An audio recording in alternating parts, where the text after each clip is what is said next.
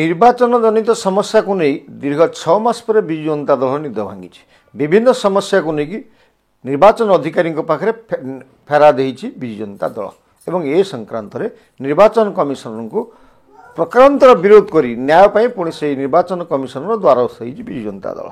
द्वितीय आर्थिक हेरफेर मामला रे राज्यपाल घना घना न्याय विभागर मतामत लोड़ुवा बेले भयर संचार सृष्टि करिछि एवं नवीन बाबू जेकोसी मुहूर्त आर्थिक हेरफेर सामना करिपारन्ति एवं गिरफ हो पारती ए विषय बर्तमान विजु जनता दल भितर कोकोआ भय सृष्टि करिछि एवं दल प्रत्येक दिन भांगुवा बेले प्रत्येक मुहूर्त भांगुला बेले एमपी ठू आरंभ करी एमएलए ठू आरंभ करी तृणमूल स्तर नेता निर्वाचित प्रतिनिधि माने दल छाड़ुवा बेले जड़े लेखक सांबादिक रुबेन बनर्जी बही रे जो पांडियान पजल विषय प्रकाश कर तेजी ताती विजु जनता दल जिते भांगी जाऊँगी विजु जनता दल प्रवक्ता माने चुप जिते नवीन बाबू को ऊपर आर्थिक हेरफेर भय आसूची सेते पार्टी चुप किंतु जिते पांडियान विरुद्ध में कई जने कौन कहीदे जड़े सांबादिक ताकू नहीं ताती पूरा विजु जनता दलर जो माने पांडियान लीगासी तो या निर्देश दौर किए नवीन बाबू ना पांडियान बाबू जदि पांडियान बाबू दौथे एबी भी पांडियान बाबूंकर दबदबा रही विजु जनता दल में ए विषय सब जानापी देखूँ 13 बाण मु विपिन दास नमस्कार।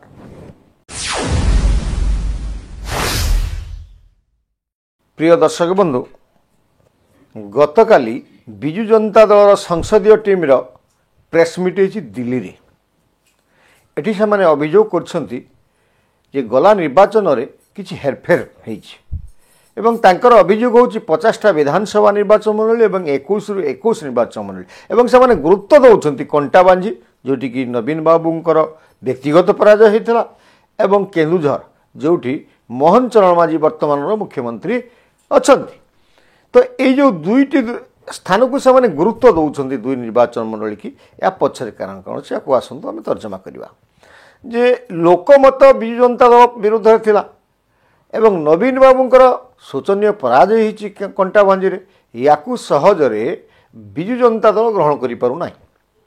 लोकमत विजु जनता दल विरुद्ध जाइछि लोकमत एवं लोकंकर मतामत को सहजरे ग्रहण करि पारुनी विजु जनता दल दीर्घ 24 वर्ष धरिकी शासन थिबा विजु जनता दलर मुखिया नवीन बाबू ये पराजय होइजिबे एटा कहीं सहजरे ग्रहण करि पारुनी एवं जड़े आदिवासी लोक सरल लोक मोहन चरण माझी मुख्यमंत्री आसन में बसंतु या सहजरे विजु जनता दल ग्रहण करि पाउना एभला गोटे सूचित होउछि जदि ए कथार सत्यता थांता ताले 6 मास विजु जनता दल कौन कर 6 मास पर कहीं निद भांगुछि ए गोटे बड़ प्रश्न जे जो भली भाव में 6 मास पर जाइकी कहूची जे 7टी निर्वाचन मंडलीर भोट संख्या को मिसई देले लोकसभा स्तरीय भोट संख्या सांगे मिसुना मेल खाऊना 15 रु 30% पर्यंत डिफरेन्स रोचे एकदम युक्तियुक्त प्रश्न किंतु कथा आसूची ए 6 मास है विजु जनता दल प्रवक्ता विजु जनता दल नेता चुप कहीं थे एबे कहीं निद भांगुची यार उत्तर होची जनमत को स्वीकार करि पारु नहीं विजु जनता दल एवं जो हिसाब रे वर्तमान विजु जनता दल खंड विखंडित होची ए विषय विजु जनता दल चुप रोचे गोटे पुराणा कथा जदि एटा सत कथा होता ताल तो तत्क्षणात आसी था यापाई निर्वाचन कमिशन को तत्क्षणात लिखित भाव दि जा पारि हाईकोर्ट सुप्रीम कोर्ट जज कोर्ट केते डिस्ट्रिक्ट जज कोर्ट केते कोर्ट अच्छी सेठी आश्रय नहीं पारि था तो बर्तमान ये जो चारिआडे इंडिमेंटर शुणा जाऊे बंद कर ईवीएम बंद कर ईवीएम बंद कर पुणी विजु जनता दल इंडिमेंट सह सामिल ईवीएम सह युद्ध कर ईवीएम ठीक नाला जे परसेंटेज ऑफ भोट कौटू बाहरी जो भोटा होता ए भोटा ईवीएम रु बाहरी आमे तो जानवर अच्छु जो रिपोर्ट हुए गोटे एप्रोक्सीमेट रिपोर्ट हुए जे एतिकी परसेंटेज भोट होती एक्जाक्ट भोटा परवर्ती अवस्था जाए यहाँ को विजु जनता दल लोक विजु जनता दल नेता मैंने जानते जदि ସେଠି ସେତେବେଳେ କିଛି ହେରଫେର ହେଇଥିଲା ଭୋଟ ଗଣତିରେ। ଏଠି ଦାୟିତ୍ୱରେ କିଏ ଥିଲେ ଆପଣମାନଙ୍କର ମନେ ଥିବ। ଗୋଟିଏ ନିର୍ବାଚନ ସାଂସଦ ନିର୍ବାଚନ କଥା ଆମେ ଆପଣଙ୍କୁ କହିବୁ। ଯାଜପୁର ଯେତେବେଳେ ଗଣତି ଚାଲୁଥିଲା ରାତି 9ଟା ପାଖରୁ ସ୍କ୍ରଲିଂ ବନ୍ଦ ହେଇଗଲା। ସାଂସଦ MP କଥା ଘୋଷଣା ହେଲାନି, MLA କଥା ବାହାରିଲା। ରାତି 2ଟା ବେଳେ ଘୋଷଣା କରାଗଲା ଯେ 2000 ପଛରେ 1000 ପଛରେ ଏମିତି କଥାବାର୍ତ୍ତା ହେଲା। ତା କାରଣ ଥିଲା ଯାଜପୁର ଯେଉଁ ଜିଲ୍ଲାପାଳ ଥିଲେ ସେ ବବି ଦାସଙ୍କ ପ୍ରରୋଚନା ଚାଲିଥିଲେ ଏବଂ ସେଇଥିପାଇଁ ଗଡ଼ବଡ଼ କରିବା ପାଇଁ ବିଜୁ ଜନତା ଦଳ ଚେଷ୍ଟା କରୁଥିଲା ଏବଂ ନିର୍ବାଚନ କମିଶନଙ୍କ ପ୍ରେସରରେ କଥାଟା ଡିକ୍ଲାର ହେଲା ଶେଷ ମୁହୂର୍ତ୍ତରେ। ଆମେ ଏଇଟା ଏଇଥିପାଇଁ କହୁଛୁ ଯେ ନିର୍ବାଚନ ପରିଚାଳନା କରୁଥିବା ଦାୟିତ୍ୱରେ ଥିଲେ ସେତେବେଳେ ବିଜୁ ଜନତା ଦଳ ଅମଳରେ ସରକାରରେ ଥିବା ଜିଲ୍ଲାପାଳମାନେ ଉପଜିଲ୍ଲାପାଳମାନେ ବ୍ୟକ୍ତିଗତ ଭାବରେ ଏହାକୁ ଘୋଷଣା କରୁଥିଲେ ଏବଂ କେଉଁଠି ମଧ୍ୟ ଯଦି ଗଡ଼ବଡ଼ ହେଇଥାନ୍ତା ବିଜୁ ଜନତା ଦଳ ସପକ୍ଷରେ ହେଇଥାନ୍ତା। ତା କାରଣ DS କୁତ୍ତେ, ଆଶିଷ ସିଂ ଆହୁରି କେତେ କେତେ କ'ଣ ଥିଲେ। ଏ ସମସ୍ତେ ଯେତେ ଜିଲ୍ଲାପାଳ ଥିଲେ କିଏ କେଉଁଠି 5 ବର୍ଷ ଥିଲା, କିଏ କେଉଁଠି 3 ବର୍ଷ ଥିଲା। ଏମାନେ ତ ପାଣ୍ଡିଆନ ଲିଗାସି ଭିତରେ ଥିଲେ।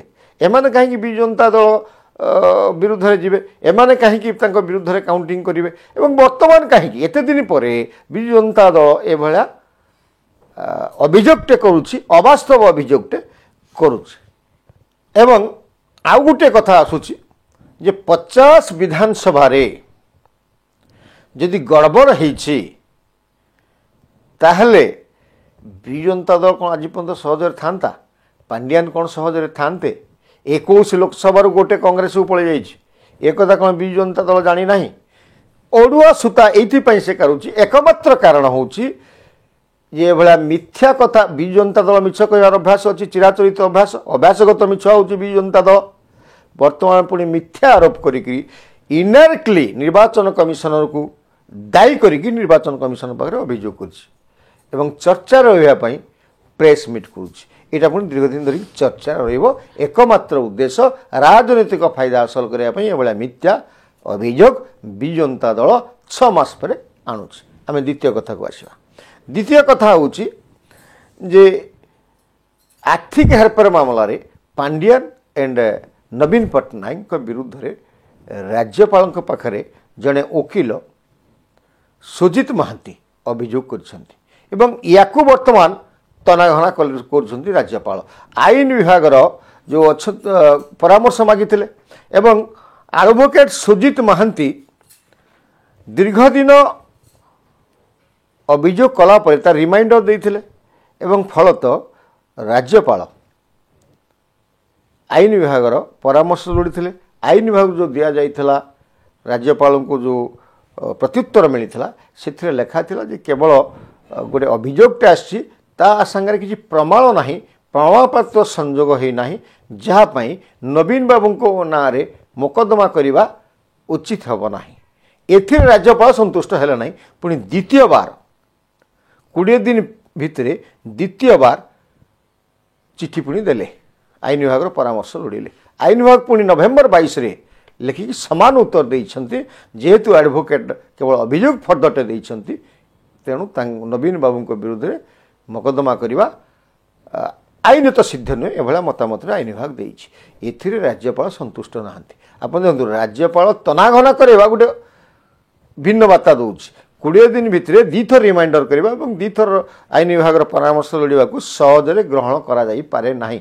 ତା ଅର୍ଥ ଏବେ ନବୀନ ଏବଂ ପାଣ୍ଡିଆନ ୟାଙ୍କ ବିରୁଦ୍ଧରେ ରାଜ୍ୟପାଳ ଯେକୌଣସି ମୁହୂର୍ତ୍ତରେ ପୋଲିସକୁ ତଦନ୍ତର ଦାୟିତ୍ୱ ଦେଇପାରନ୍ତି।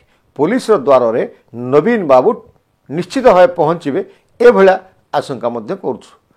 ତ ଏଇଠି ବିଜୁ ଜନତା ଦଳ ଏହା ପାଇଁ ଆଦୌ ଉଦ୍ବିଗ୍ନ ନୁହେଁ ଯେମିତି ଜଣାଯାଉଛି, କିନ୍ତୁ ଭିତରେ ଭିତରେ ଭୟରେ ଥରୁଛନ୍ତି ନବୀନ ବାବୁ। ତୃତୀୟ କଥାକୁ ଆମେ ଆସିବା ରୁବେନ ବାନାର୍ଜୀଙ୍କ କଥା। ରୁବେନ ବାନାର୍ଜୀ ପାଣ୍ଡିଆନ ପଜଲ ଗୋଟେ ବହିଟେ ବାହାର କରିଦେଇଛନ୍ତି। ୟାକୁ ନେଇକରି 2 ଦିନ ପରେ ବିଜୁ ଜନତା ଦଳ ଯେଉଁଭଳି ଭାବରେ ସାମ୍ନାକୁ ଆସିଛି, ଯେଉଁଭଳି ଭାବରେ ତାର ପ୍ରବକ୍ତାମାନେ ସମାଲୋଚନା କରୁଛନ୍ତି ଏବଂ ଅରୁଣ ସାହୁ ଭଳିଆ ଜଣେ ବିଜ୍ଞ ଲୋକ ଯେଉଁଭଳି ଭାବରେ ଆସିକରି ରୁବେନ ବାବୁଙ୍କ ଉପରେ ଆଟାକ୍ କରୁଛନ୍ତି, ଏକୁ ମଧ୍ୟ ସହଜରେ ଗ୍ରହଣ କରାଯାଇପାରେ ନାହିଁ। ଆମର ପଏଣ୍ଟ ଏଠି ହେଉଛି ନବୀନ ବାବୁ ଅସୁବିଧାରେ, ଦଳ ଭାଙ୍ଗୁଛି ଅସୁବିଧାରେ, 6 ମାସ ପରେ ନିଦ ଭାଙ୍ଗୁଛି, ନିର୍ବାଚନ କମିଶନ ପାଖକୁ ଯାଉଛନ୍ତି, ଇଭିଏମ୍କୁ ପୁଣି ଦୋଷାରୋପ କରୁଛନ୍ତି ଏବଂ ୟା ପାଇଁ ବିଜୁ ଜନତା ଦଳର ପଦେ କେହି କହୁନାହାନ୍ତି। କିନ୍ତୁ ପାଣ୍ଡିଆନଙ୍କ ବିରୁଦ୍ଧରେ ଯେଉଁଭଳି ଭାବରେ କିଛି ରୋବେନ ବାନାର୍ଜୀ କ'ଣ ଗୋଟେ ଲେଖିଦେଲେ ଯେ ୟାକୁ ଯେଉଁଭଳି ଭାବରେ ବିଜୁ ଜନତା ଦଳର ପ୍ରବକ୍ତାମାନେ ସାମ୍ନାକୁ ଆସିକି ସମାଲୋଚନା କରୁଛନ୍ତି, ଶାଣିତ ଆକ୍ରମଣ କରୁଛନ୍ତି, ଏହାକୁ ସହଜରେ ଗ୍ରହଣ କରାଯାଇପାରେ ନାହିଁ। ଏଠୁ ଗୋଟେ ପ୍ରମାଣିତ ହେଉଛି ଏବେ ବି ବିଜୁ ଜନତା ଦଳର ଲଗାମ ପାଣ୍ଡିଆନ ହାତରେ ଅଛି। କାରଣ ପାଣ୍ଡିଆନଙ୍କ ବିରୁଦ୍ଧରେ କିଏ କ'ଣ କହୁ ଏକୁ ସହଜରେ ଗ୍ରହଣ କରୁନାହାନ୍ତି ନବୀନ ବାବୁ। ଏଠି ଆଉ ଗୋଟିଏ ପ୍ରଶ୍ନ ଆସୁଛି, ଏଭଳି କଥା ଏ ଯେଉଁ ଶାଣିତ ଆକ୍ରମଣ କରିବା ପାଇଁ ଯେଉଁ ବିଜୁ ଜନତା ଦଳ ପ୍ରବକ୍ତାମାନଙ୍କୁ କିଏ କହିଛି, କାହା ସାହସରେ ସେମାନେ ଏଭଳି ବକ୍ତବ୍ୟମାନେ ରଖୁଛନ୍ତି? ଏଟାକୁ ନବୀନ ବାବୁ କହିଛନ୍ତି ନା ପାଣ୍ଡିଆନ ବାବୁଙ୍କ ନିର୍ଦ୍ଦେଶରେ କରାଯାଉଛି? ଏଇଟା ହେଉଛି ତର୍ଜମାର ବିଷୟ। ତାପରେ କଥାକୁ ଯଦି ଆମେ ଆସିବା, ଆପଣ ଜାଣିବେ ସୁଲତା ଦେଓ ଯାହାକୁ ନେଇକି ହଳଦୀ କ'ଣ କୋଡ୍ ୱାର୍ଡ ତାଙ୍କ ପାଖକୁ ତାଙ୍କ ଦଳ ଜଣେ ନାରୀ କହିଛନ୍ତି ଯେ ତାଙ୍କ ପାଖକୁ ଗଲେ କବାଟ ଠକ୍ ଠକ୍ କରାଯାଏ ଏବଂ କ'ଣ କଞ୍ଚା ହଳଦୀ ତାଙ୍କର କୋଡ୍ ୱାର୍ଡ ଥିଲା ଏବଂ କଞ୍ଚା ହଳଦୀ କବାଟ ଠକ୍ ଠକ୍ରେ ଯାଇକି ସେ ରାଜ୍ୟସଭାରେ ବସନ୍ତି। ଏଇଟା ଆମେ କହୁନୁ, ଆମ ମୁହଁରେ ଶୋଭା ପାଇବନି, ତାଙ୍କି ଦଳର ନେତା ଜଣେ ବହିଷ୍କୃତ ନେତ୍ରୀ ଏକଥା କହିଛନ୍ତି। ତ ସିଏ ଯେଉଁ ଢାଞ୍ଚାରେ ସମ୍ବିଧାନକୁ ଆକ୍ରମଣ କରୁଛନ୍ତି ଯେ ରାଷ୍ଟ୍ରପତିଙ୍କୁ ବିଷୟରେ ରାଷ୍ଟ୍ରପତିଙ୍କ ନାଁ ନେଇକି ରାଜ୍ୟସଭା ବିଧାନସଭାରେ ସମାଲୋଚନା କରାଯାଇପାରିବ ନାହିଁ। କିନ୍ତୁ ଏ ମହିୟସୀ ମହିଳା ଜଣକ ଯେଉଁ ଢାଞ୍ଚାରେ ଯେଉଁ ଭାଷାରେ ରଙ୍ଗଭଙ୍ଗୀରେ ପ୍ରଶ୍ନ କଲେ ଏବଂ ସିଧାସଳଖ ରାଜନୀତି ଭିତରକୁ ଟାଣି ଆଣିଲେ ରାଜ୍ୟସଭାରେ ମହାମହିମ ରାଷ୍ଟ୍ରପତିଙ୍କୁ, ଏ ମଧ୍ୟ ଓଡ଼ିଶାର ଅପମାନିତ କରାଗଲା, ସଂସ୍କୃତିକୁ ଅପମାନିତ କଲା, ହାଇ ଡ୍ରାମା କରୁଥିଲେ ସେ। ଏ ଡ୍ରାମା ଭିତରେ ସୁଲତା ଦେଓ ମଧ୍ୟ ରୋବେନ ବାନାର୍ଜୀକୁ ଆକ୍ରମଣ କଲେ। ତା ଅର୍ଥ ଏଇଟା ମଧ୍ୟ ପାଣ୍ଡିଆନ ପାଖରୁ ଯାଇଥିଲା ଏବଂ ହଳଦୀ ଗିନା ଗୀତରେ ସମ୍ପୃକ୍ତ ଥିଲେ। ହଳଦୀ ଗିନା ଯିଏ ତାଙ୍କୁ ହଳଦୀ ଗିନା ଗୀତ ଗାଇକି ଏତେ ଉପରକୁ ନେଇଛି ତାଙ୍କ ବିରୁଦ୍ଧରେ ଏଭଳିଆ ଗୋଟେ ଯେଉଁ ରୋବେନ ବାନାର୍ଜୀ କହିଛନ୍ତି ତାଙ୍କୁ ସେ ଶାଣିତ ଆକ୍ରମଣ କରିବା ସ୍ୱାଭାବିକ। ତୃତୀୟ କଥା ହେଉଛି ଏ ମହାନାଟକ। ଏ ଯେଉଁ ମହାନାଟକ, ଏ ମହାନାଟକରେ ଅଭିନୟ କରୁଛନ୍ତି ସୁଲତା ଦେଓ ଏବଂ ଭାରତୀୟ ଜନତା ପାର୍ଟିର ମଧ୍ୟ ଜଣେ ଅଭିନେତା ଏଠି ଯୋଗ ଦେଇଛନ୍ତି। ପାର୍ଲାମେଣ୍ଟ ସାରା ଓଡ଼ିଶା ସାରା ଭାରତବର୍ଷକୁ ଚମକେଇ ଦେଇଛନ୍ତି। ସେ ହେଉଛନ୍ତି ପ୍ରତାପ ଚନ୍ଦ୍ର ଷଡ଼ଙ୍ଗୀ। 10ଟା ବେଳେ ଗୋଟେ ଷ୍ଟିଚ୍, 5ଟା ବେଳେ ମୁଣ୍ଡରେ ବ୍ୟାଣ୍ଡେଜ୍, 7ଟା ବେଳେ ଦେହ ସାରା ବ୍ୟାଣ୍ଡେଜ୍। ଏହାଦ୍ୱାରା ଓଡ଼ିଶାର ଯେଉଁ ଖ୍ୟାତି ଅଛି, ଓଡ଼ିଶା ଯେଉଁ ଭାରତବର୍ଷରେ ସୁନାମ ଅଛି, ଏଥିରେ ଆଞ୍ଚ ଆସିଛି। ଏଥିରେ ସମସ୍ତେ ନିଶ୍ଚିତ ଭାବରେ ଏଭଳି କାର୍ଯ୍ୟ ଭବିଷ୍ୟତ ଯେମିତି ନ ହେବ ୟାକୁ ଦୃଷ୍ଟି ଦେବା ଦରକାର। ଏବଂ ଶେଷରେ ବିଜୁ ଜନତା ଦଳର ପ୍ରବକ୍ତାମାନେ ଯେଉଁଭଳି ଭାବରେ ଅଙ୍ଗଢଙ୍ଗରେ କଥାବାର୍ତ୍ତା କରୁଛନ୍ତି ଏବଂ ଆସୁଛନ୍ତି ପାଣ୍ଡିଆନକୁ ସୁରକ୍ଷା ଦେବା ପାଇଁ, ଏ ବିଜୁ ଜନତା ଦଳଟା ସମ୍ପୂର୍ଣ୍ଣ ବିନାଶ ହୋଇଯିବ, ଏଭଳିଆ କାହିଁକି ଦେଖାଯାଉଛି। ନମସ୍କାର।